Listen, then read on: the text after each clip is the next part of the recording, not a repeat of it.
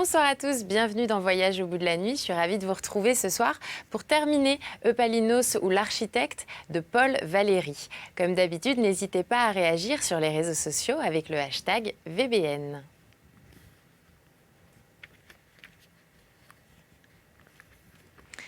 Socrate.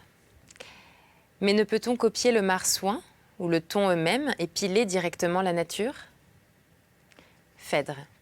Je le croyais naïvement. Tridon m'a détrompé. Socrate. Mais un marsouin n'est-il pas une sorte de navire? Phèdre. Tout change avec la grosseur. La forme ne suit pas l'accroissement si simplement, et ni la solidité des matériaux, ni les organes de direction ne le supporteraient. Si une qualité de la chose grandit selon la raison arithmétique, les autres grandissent autrement. Socrate. Tridon fit-il, du moins, quelque chose de bon? Phèdre. Quelques merveilles sur la mer. Quelques autres, sans doute, sont par le fond et attendent, cuirassés de moules, le temps que la mer se dessèche. Mais j'ai vu prendre le large à la plus pure de ses filles, la fine fraternité aux formes fuyantes, le soir qu'elle partit pour son premier voyage. Sa joue écarlate recevait tous les baisers qui bondissent de la route, les triangles bien tendus de ses voiles, pleines et dures, appuyaient sa hanche à la lame. Socrate. Ô vie, et pour moi les voiles noires et molles du vaisseau chargé de prêtres, qui revenant péniblement de Délos et se traînant sur ses rames. Phèdre. Comme tu supportes mal de revivre ta belle vie. Socrate. Phèdre, mon pâle Phèdre, ombre sœur de mon ombre, je le sens bien que mes regrets seraient infinis s'ils avaient quelque substance à travailler, et si la chair ne manquait à leur exercice. Ils commencent de sévir, et ils n'achèvent point. Ils se dessinent, mais il ne se peut point qu'ils se colorent. Y a-t-il quelque chose de plus vain que l'ombre d'un sage? Phèdre, un sage même. Socrate.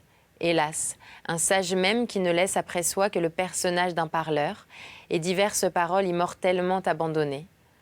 Qu'ai-je donc fait que de donner à croire au reste des humains que j'en savais bien plus qu'eux-mêmes sur les choses les plus douteuses? Et le secret de le faire croire consiste dans une mort si bien conduite, parée d'une telle injustice et de telles amitiés environnées, qu'elle obscurcisse le soleil et te déconcerte la nature. Qu'est-ce qu'il y a de plus redoutable que d'en faire une sorte de chef-d'œuvre? La vie ne peut pas se défendre contre ces immortelles agonies. Elle imagine invinciblement, la naïve, que le plus beau de la tragédie commence après le dernier mot du dernier vers. Les plus profonds regards de l'homme sont pour le vide. Ils convergent au-delà du tout. Hélas, hélas, j'ai usé d'une vérité et d'une sincérité bien plus menteuses que les mythes, et que les paroles inspiraient. J'enseignais ce que j'inventais, je faisais des enfants aux âmes séduites et je les accouchais habilement. Phèdre, tu es plus dur pour nous tous. Socrate, si vous ne m'eussiez pas écouté, mon orgueil eût cherché de quelque autre manière à se soumettre vos pensées. J'eusse bâti, chanté, ô perte pensive de mes jours, quel artiste j'ai fait périr, quelles choses j'ai dédaignées, mais quelles choses enfantées.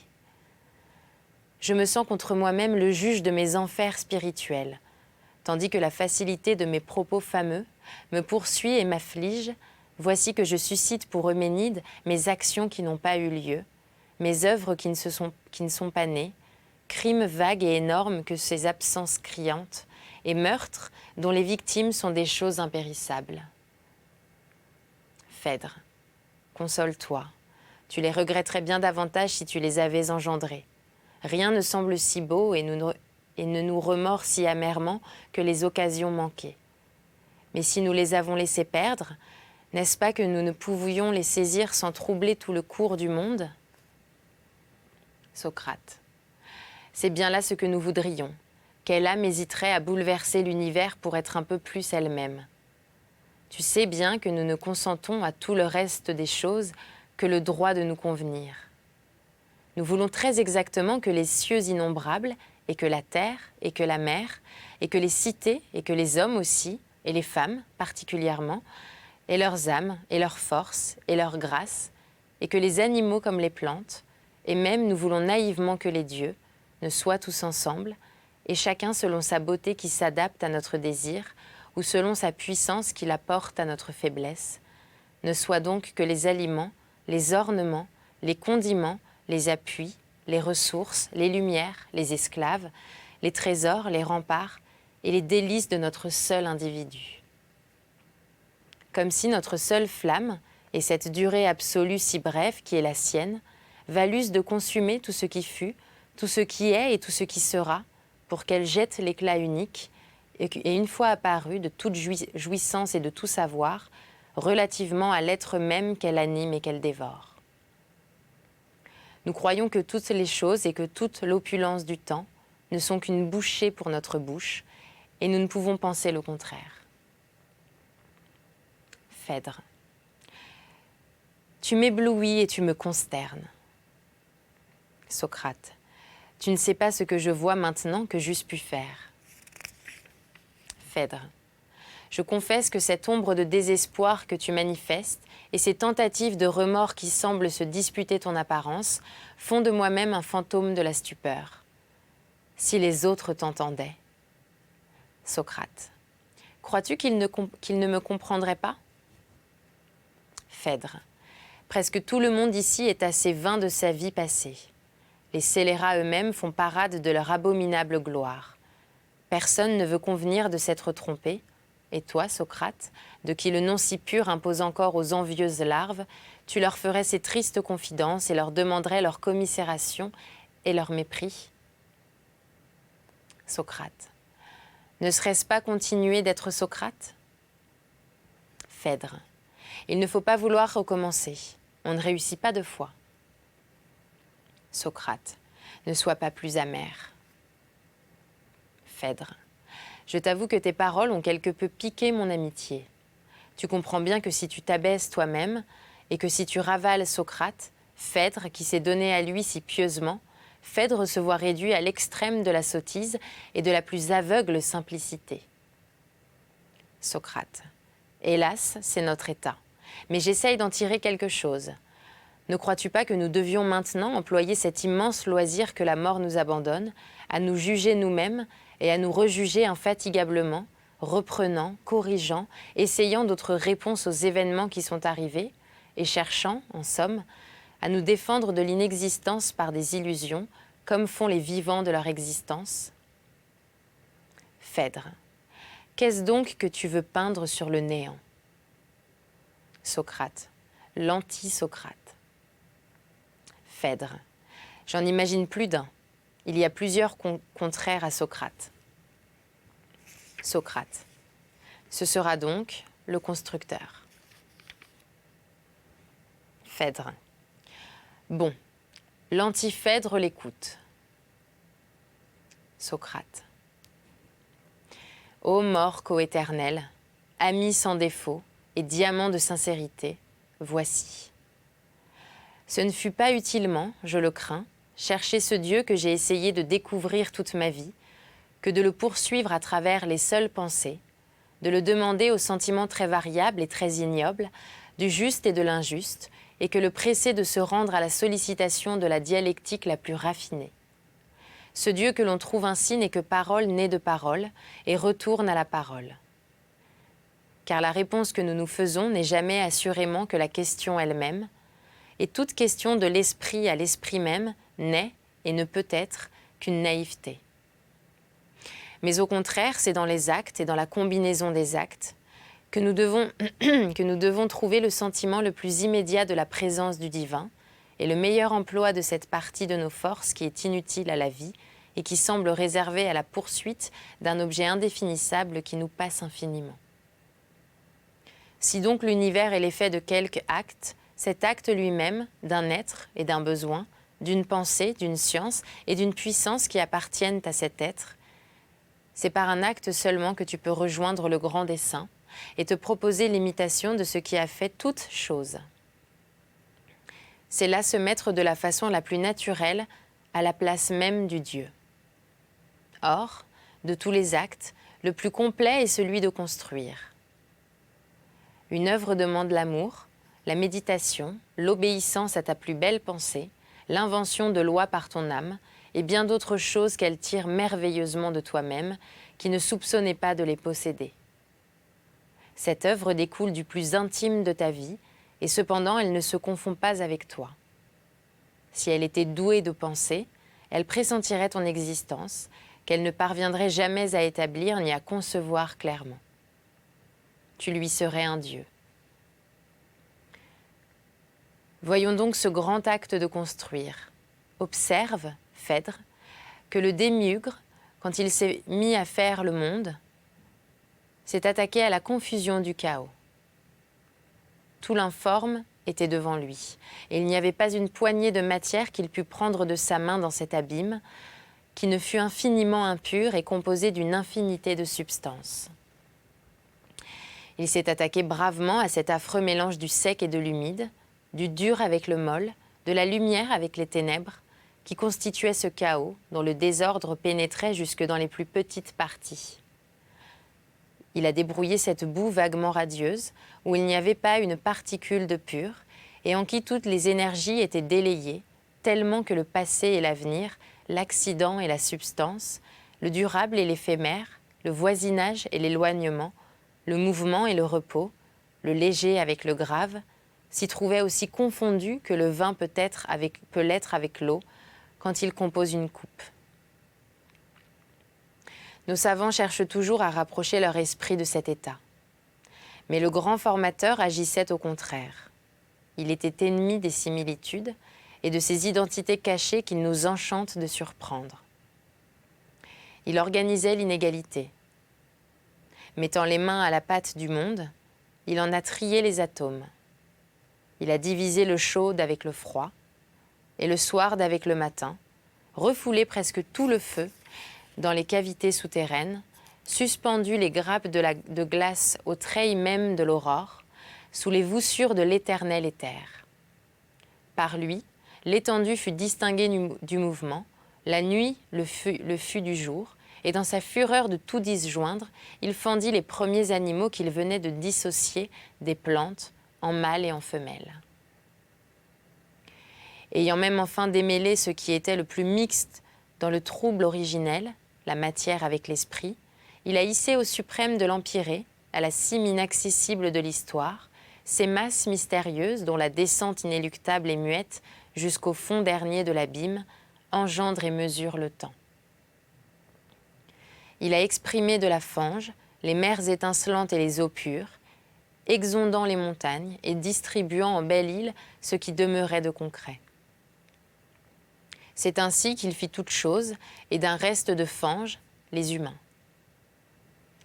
Mais le constructeur que je fais maintenant paraître trouve devant soi pour chaos et pour matière primitive précisément l'ordre du monde que le démiurge a tiré du désordre du début. La nature est formée et les éléments sont séparés, mais quelque chose lui enjoint de considérer cette œuvre inachevée et devant être remaniée et remise en mouvement, pour satisfaire plus spécialement à l'homme. Il prend pour origine de son acte le point même où le Dieu s'était arrêté. Au commencement, se dit-il, était ce qui est. Les montagnes et les forêts, les gîtes et les filons, l'argile rouge, le blond sable et la pierre blanche qui donnera la chaux. Il y avait aussi les bras musculeux des hommes et les puissances massives des buffles et des bœufs. Mais il y avait, d'autre part, les coffres et les greniers des tyrans intelligents et des citoyens démesurément enrichis par leurs négoces. Et il y avait enfin des pontifes qui souhaitaient de loger leur Dieu, et de si puissants rois qu'ils n'avaient plus rien à désirer qu'une tombe sans pareille, et des républiques qui rêvaient d'inexpugnables murs, et des archontes délicats, pleins de faiblesse pour les acteurs et les musiciennes, qui brûlaient de leur faire construire, aux dépens des caisses du fisc, les théâtres les plus sonores. Or, il ne faut pas que les dieux demeurent sans toi et les âmes sans spectacle. Il ne faut pas que les masses du marbre demeurent mortellement dans la terre, constituant une nuit solide, et que les cèdres et les cypresses se contentent de finir par la flamme ou par la pourriture, quand ils peuvent se changer en des poutres odorantes et en des meubles éblouissants. Mais il faut encore moins que l'or des riches hommes paresseusement dorment son lourd sommeil dans les urnes et dans les ténèbres du trésor. Ce métal si pesant, quand il s'associe d'une fantaisie, prend les vertus les plus actives de l'esprit. Il en a la nature inquiète, son essence est de fuir. Il se change en toutes choses sans être changé lui-même. Il soulève les blocs de pierre, perce les monts, détourne les fleuves, ouvre les portes des forteresses et les cœurs les plus secrets. Il enchaîne les hommes, il habille, il déshabille les femmes avec une promptitude qui tient du miracle. C'est bien le plus abstrait agent qui soit après la pensée.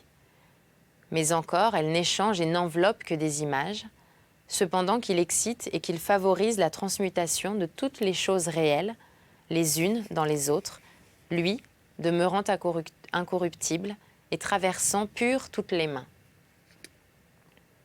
L'or, les bras, les projets, les substances variées, tout étant en présence, rien néanmoins n'en résulte. Me voici, dit le constructeur, je suis l'acte. Vous êtes la matière, vous êtes la force, vous êtes le désir, mais vous êtes séparés.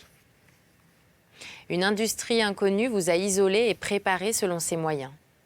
Le démiurge poursuivait ses desseins qui ne concernent pas ses créatures.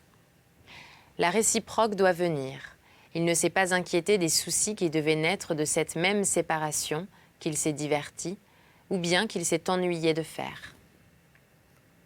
Il vous a donné de quoi vivre et même de quoi jouir de bien des choses, mais non point généralement de celles dont vous auriez précisément l'envie. Mais je viens après lui. Je suis celui qui conçoit ce que vous voulez, un peu plus exactement que vous-même. Je consumerai vos trésors avec un peu plus de suite et de génie que vous le faites, et sans doute je vous coûterai très cher, mais à la fin tout le monde y aura gagné. Je me tromperai quelquefois et nous verrons quelques ruines, mais on peut toujours et avec un grand avantage, regarder un ouvrage manqué comme un degré qui nous approche du plus beau. Phèdre, je les tiens très heureux que tu sois un architecte mort.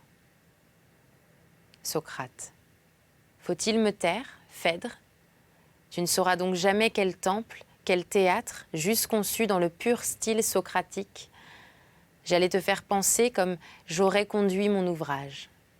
Je déployais d'abord toutes les questions et je développais une méthode sans lacune. Où? Pourquoi? Pour qui? À quelle fin?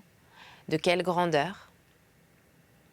Et circonvenant de plus en plus mon esprit, je déterminais au plus haut point l'opération de transformer une carrière et une forêt en édifice, en équilibre magnifique.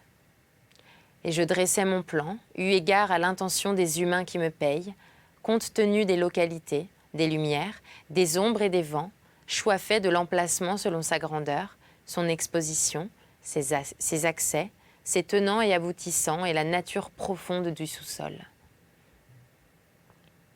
Puis, de matière brute, j'allais composer mes objets, tout ordonnés à la vie et à la joie de la race vermeille. Objets très précieux pour le corps, délicieux à l'âme, et que le temps lui-même doive trouver si dur et si difficile à digérer qu'il ne puisse les réduire qu'à coups de siècles, et encore, les ayant revêtus d'une seconde beauté, une dorure douce sur eux, une majesté sacrée sur eux, et un charme de comparaison naissante et de secrète tendresse tout autour d'eux, institué par la durée. Mais tu ne sauras plus rien. Tu ne peux concevoir que l'ancien Socrate est ton ombre routinière. Phèdre, fidèle Socrate, fidèle. Socrate, alors il faut me suivre, et si je change, changer. Phèdre, mais vas-tu donc dans l'éternité révoquer toutes ces paroles qui te firent immortel? Socrate, là-bas immortel, relativement aux mortels. Mais ici, mais il n'y a pas d'ici, et tout ce que nous venons de dire est aussi bien un jeu naturel du silence de ces enfers que la fantaisie de quelques rhéteurs que l'autre monde qui nous a pris pour marionnettes. Phèdre. C'est en quoi rigoureusement consiste l'immortalité. Et c'est ainsi que s'achève Eupalinos ou l'architecte de Paul Valéry. J'espère que vous avez apprécié cette lecture que nous venons donc de terminer. Je vous dis à très bientôt sur D8. Merci beaucoup de votre fidélité. À bientôt.